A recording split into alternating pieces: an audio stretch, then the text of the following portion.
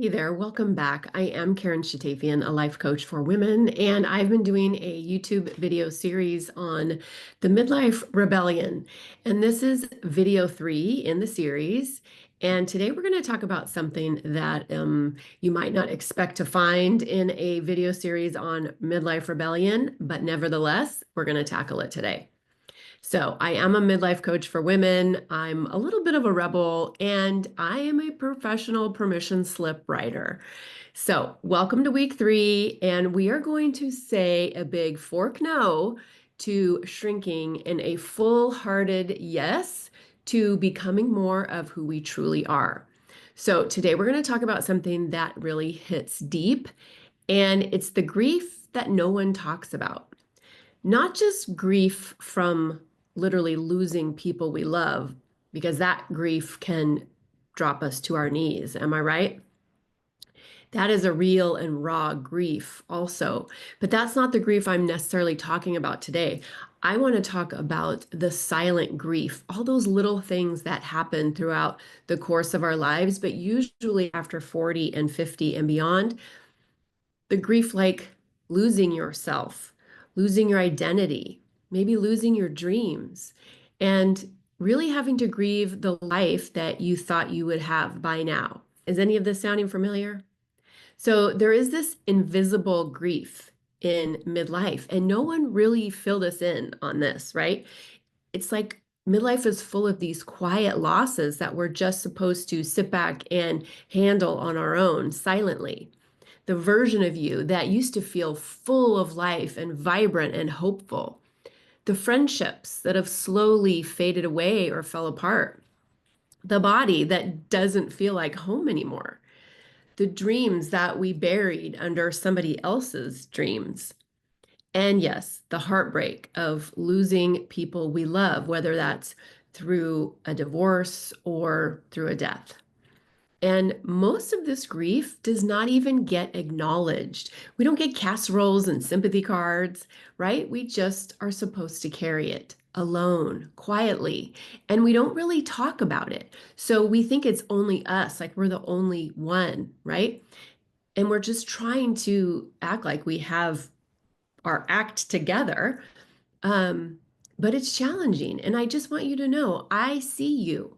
If you are a woman in midlife who is holding on to so much grief, maybe grief around things you don't even recognize yet, I want you to know it's not just valid. Your feelings are sacred.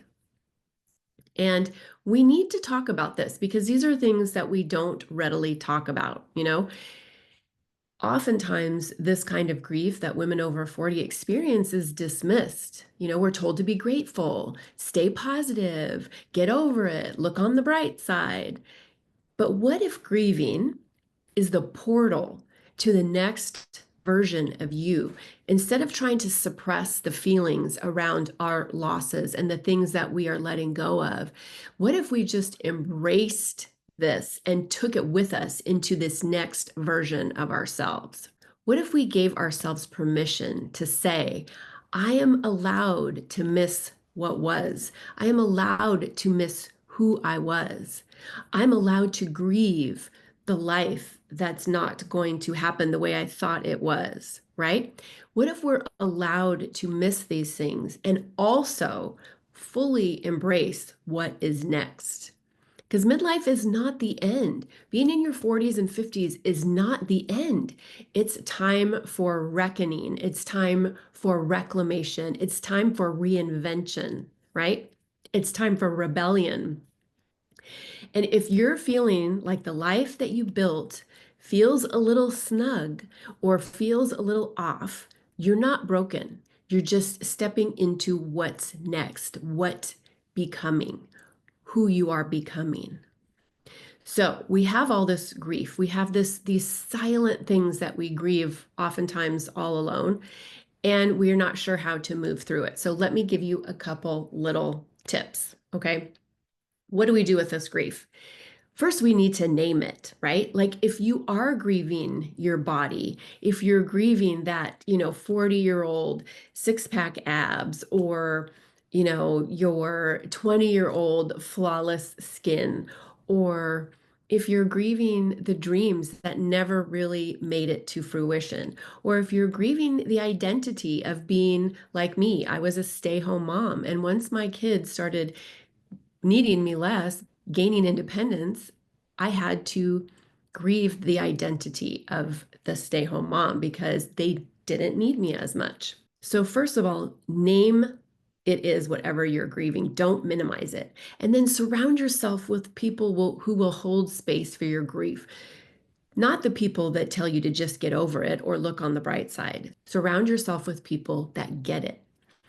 And then start reclaiming small pieces of your joy, even if it's just taking a piping hot cup of coffee and going outside to listen to the birds chirping in the morning. Whatever it is, or maybe it's an old hobby that you used to do that has been, you haven't touched in 10 years.